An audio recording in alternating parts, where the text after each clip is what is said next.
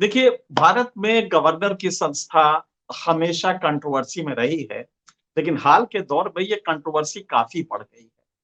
उसकी वजह क्या है कि गवर्नर जो एकल लीडरशिप का फॉर्मेट होता है, जिसमें प्रधानमंत्री ही सब कुछ होता है या गृह मंत्री सब कुछ होता है।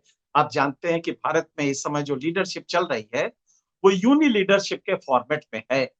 जिसमें एक ही नेता है, उसी को जनता भी वोट दे रही है, उसी के हिसाब से सारा सिस्टम है। तो ये डेमोक्रेटिक पूरी तरह से ये फॉर्मेट नहीं होता। नतीजा ये होता है कि हर आदमी लुक अपवर्ड लुकिंग होता है, वो देखता है कि यूपर का इशारा क्या है।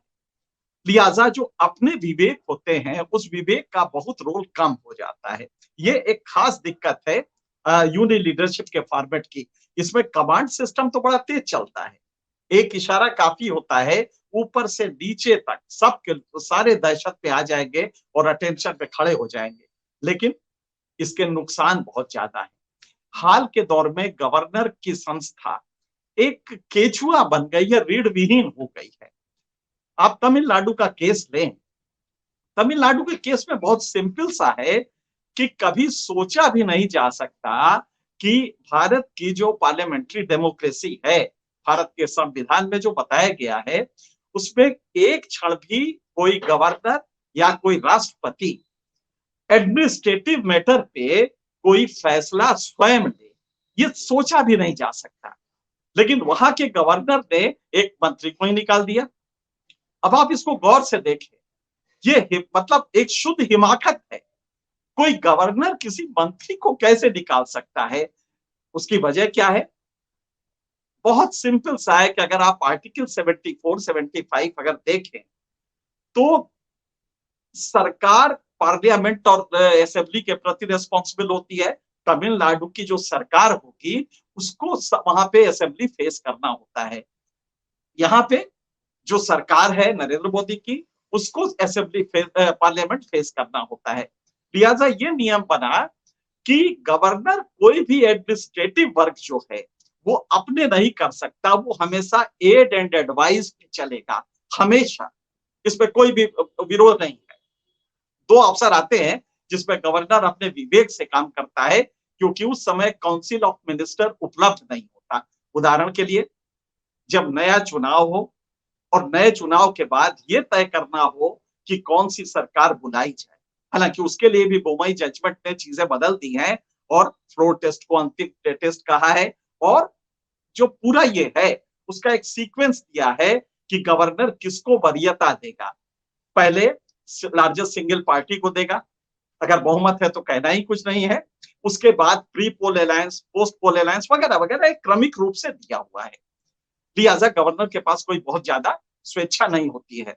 यहाँ पे बहुत सिंपल सी बात है कि गवर्नर अपना कलम नहीं हिला सकता बिना काउंसिल ऑफ मिनिस्टर की एडवाइस के, aid and advice of the council of ministers. लेकिन यहाँ पे गवर्नर अचानक उठता है, सीधे सरकार एक मंत्री को डिसमिस कर देता है।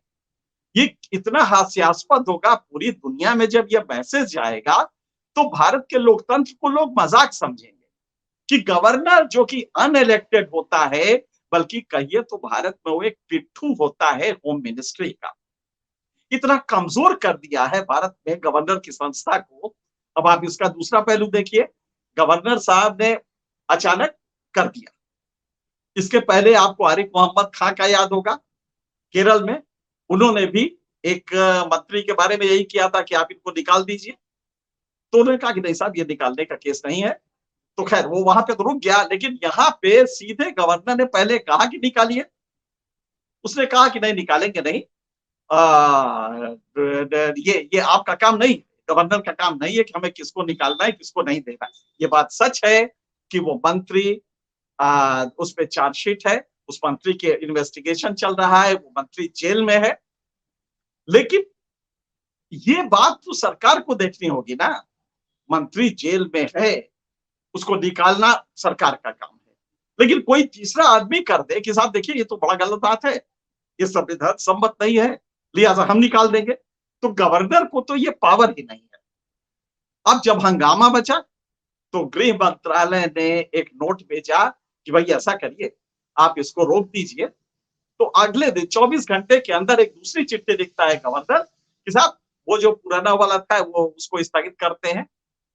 और अब वो अटॉर्नी जनरल से होम मिनिस्टर के कहने पे, केंद्र के होम मिनिस्टर के कहने पे अटॉर्नी जनरल से राय लेगा। क्यों भाई, तुमने पहले क्यों नहीं लिया? होम मिनिस्टर कहेगा तब तुम लोगे। संविधान की शपथ के, संविधान के परिरक्षण, अभिरक्षण, संरक्षण की शपथ कितने ली? To preserve, protect and defend constitution. ये तो तुमने ली थी ना, होम मिनिस्टर ने थोड़ी ली है। उसने तो एलिजियंस की शपथ ली है कि वो संविधान के प्रति निष्ठा रखेगा। इसके रक्षा की गारंटी तो तुम्हारी है ना।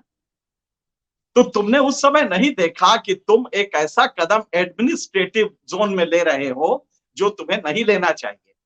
राष्ट्रपति, गवर्नर को कुछ अधिकार हैं जो वो स्वयं कर सकता है। तो पहला हमने बताया कि जब नई सरकार चुनी जाती है उस समय गवर्नर को, हालांकि उसको भी बांध दिया गया है मुंबई जजमेंट से।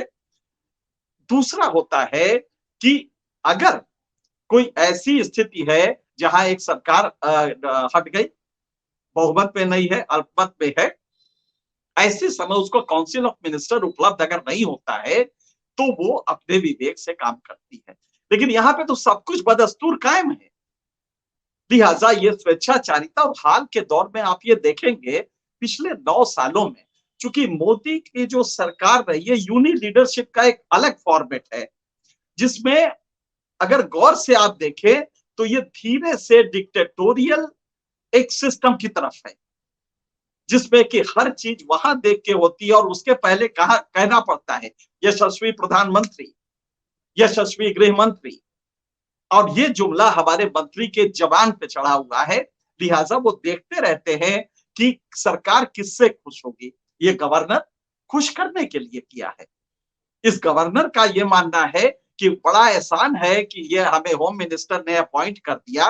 दरअसल भारत में गवर्नर अपॉइंट होता है और जो अब आपको लगेगा कि ये, हाँ, ये केचुआ बन के खड़ा रहेगा, आप उसको गवर्नर बना देते हैं। भारत में गवर्नर की संस्था एक केचुए के रूप में हो गई है। अब इसका नुकसान क्या है? केचुआ तो आपने बना दिया, लेकिन दूसरा पहलू यह है कि गवर्नर संविधान सम्मत काम इस डर से नहीं करता कि एक चिट्ठी में हमें निकाला जा सकता है। आप देखिए, गवर्नर की संस्था एक तरफ वो शपथ लेता है संविधान के संरक्षण, परिरक्षण, अभिरक्षण की, और दूसरी तरफ इतना कमजोर कर दिया गया है कि उसको जब होम मिनिस्टर चाहे निकाल के बाहर कर देगा। प्रसाद, राष्ट्रपति के प्रसाद पर्यंत काम करता है, ये उसके अपॉइंटमेंट में लिखा हुआ है। अब प्रसाद पर्यंत क्या होता है राष्ट्रपति का? गृह मंत्री जब चाहे उसको निकाल के बाहर कर देगा। तो अब बताइए, ये बंधुआ मजदूर बेचारा बन गया। तो ये भारत में पिछले 9 वर्षों में ये ज्यादा प्रबल हुआ है कि हर राज्य में जहां बीजेपी की सरकार है, हर राज्य में जहां बीजेपी की सरकार है, वहां पे आप पाएंगे कि गवर्नर और वहां की सरकार में हमेशा लड़ाई चल रही है। एक अजीब स्थिति है, एक अजीब सा वातावरण बन गया है कि अगर आप गौर से देखें तो केरल में यही हो रहा है। आपने देखा, वेस्ट बंगाल का किस्सा आपको रोज मिलता है। किस जगह का कहें, तमिलनाडु में आप रेगुलर देख रहे हैं, वेस्ट बंगाल में तो इससे भी ज्यादा बुरी स्थिति है। जहां पे विपक्ष की सरकार है और बीजेपी का, जाहिर है बीजेपी का, केंद्र सरकार में बीजेपी है तो वही अपॉइंट करेगा। तो ये गवर्नर का एक नया रूप आया है। अब गवर्नर को क्यों ये अधिकार नहीं दिए गए हैं, और ये कहा गया है कि to aid and advise in the act of the governor. जो भी गवर्नर करेगा वो एड एंड एडवाइस से करेगा। ये क्यों कहा गया है? इसलिए कहा गया, इसमें आर्टिकल 361 अगर आप देखें तो बहुत स्पष्ट है कि गवर्नर पे उसके काम करने के लिए कोई आरोप नहीं लग सकता कि गवर्नर ये फैसला लिया, लिहाजा ये इन पे आरोप सिद्ध हो। गवर्नर पे कोई मुकदमा नहीं हो सकता, कोर्ट में आप नहीं जा सकते किसी कंडक्ट से। जानते हैं क्यों लिखा गया है? इसके पीछे राज ये है कि चूंकि गवर्नर तो सरकार के एडवाइस पे काम करता है, काउंसिल ऑफ मिनिस्टर के कहने पे काम करता है, लिहाजा वो दोषी नहीं हुआ। यही इसीलिए आर्टिकल 361 में गवर्नर को प्रोटेक्शन दिया गया है, राष्ट्रपति को प्रोटेक्शन दिया गया है, राज प्रमुख को प्रोटेक्शन दिया गया है। राज प्रमुख उस जमाने में जैसे कि कश्मीर में होते थे जब संविधान बना था, इनको प्रोटेक्शन इसीलिए दिया गया है कि ये एक ही करते हैं काउंसिल ऑफ मिनिस्टर के, इनका अपना कुछ होता ही नहीं।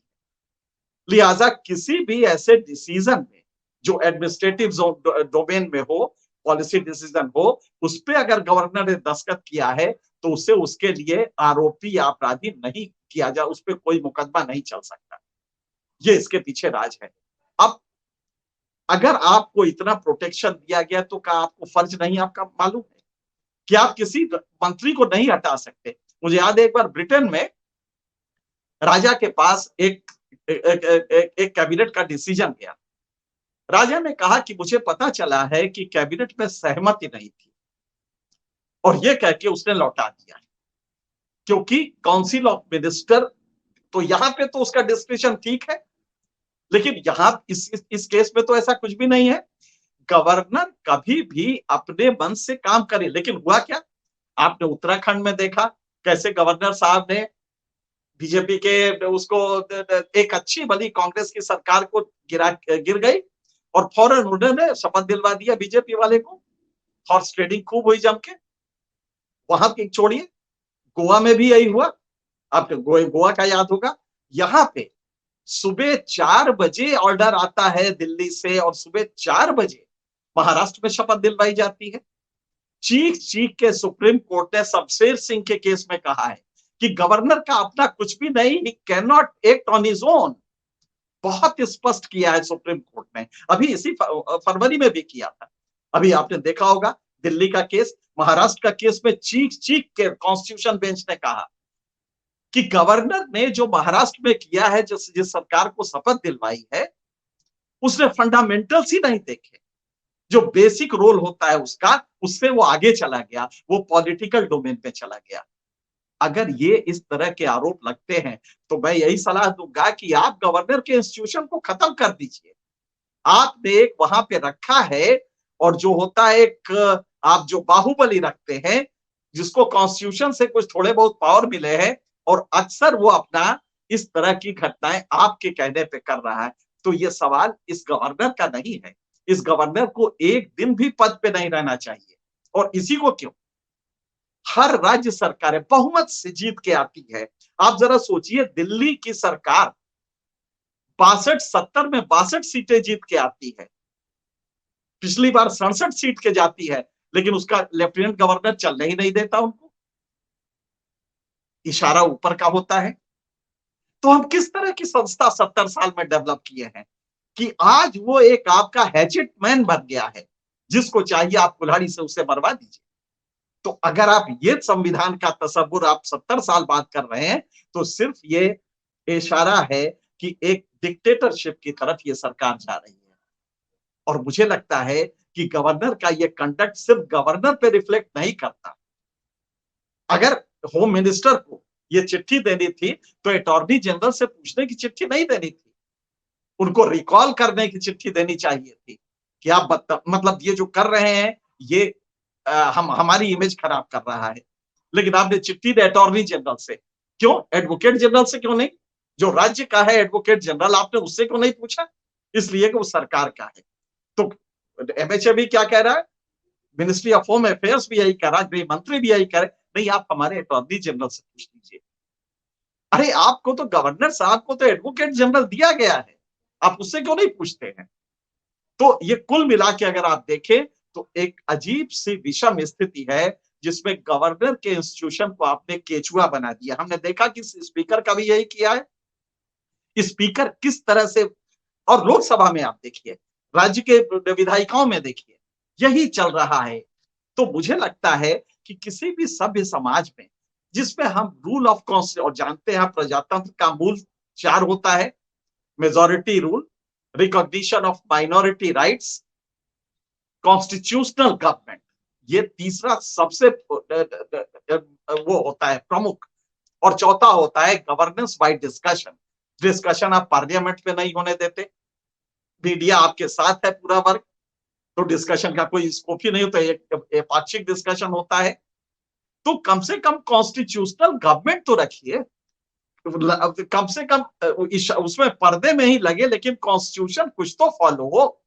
यहां तो आपने ये किया है कि गवर्नर को, स्पीकर को, जो जो आपके पार्टी का है वो सिर्फ एक ही चीज जानता है, यशस्वी प्रधानमंत्री, और उसी के बाद उसके सारे कंडक्ट होते हैं। मुझे लगता है कि भारत के इतिहास में ऐसी स्थिति कॉन्स्टिट्यूशन के कॉन्टिन्यूअस डिरेलमेंट की, या ये कहें कि सभी नियमों के बलात्कार की, पहले कभी ऐसी स्थिति नहीं रही है। मुझे लगता है कि आने वाले दिनों में लोगों को इसको समझना चाहिए। इशू किसी गवर्नर के एक कंडक्ट का नहीं है। अगर ये है तो आप देख रहे हैं कि देखते देखते बुलडोजर एक इंस्टीट्यूशनलाइज प्रोसेस हो गया है। आप देख रहे हैं कि किस तरह से तमाम जो इस तरह की चीजें हैं, अभी आप देखिए किस तरह से पीएमएलए में, और इसको भी छोड़िए, ईडी जिस तरह के छापे मार रहा है, रेट ऑफ कन्विक्शन आपने कभी देखा है? 9 साल चार्जशीट नहीं होती है। रेट ऑफ कन्विक्शन आप देख लीजिए तो जो बड़े वो हैं यूएपीए से, उसमें 3% भी नहीं है। आपने 97 लोगों को गलत पकड़ा है 100 में, लेकिन आप सरकार है, आप चल रहे हैं। तो मुझे लग रहा है कि जनता को यह समझना पड़ेगा कि स्थिति भयावह है, और अगर यही रही तो आने वाले दिनों में कॉन्स्टिट्यूशन आप भूल जाइए। जो माइट है, जो ताकत है सरकार की, ये वही चलेगा। मुझे लगता है कि इससे आपको ये चीजें समझनी चाहिए और दूर तक समझनी चाहिए।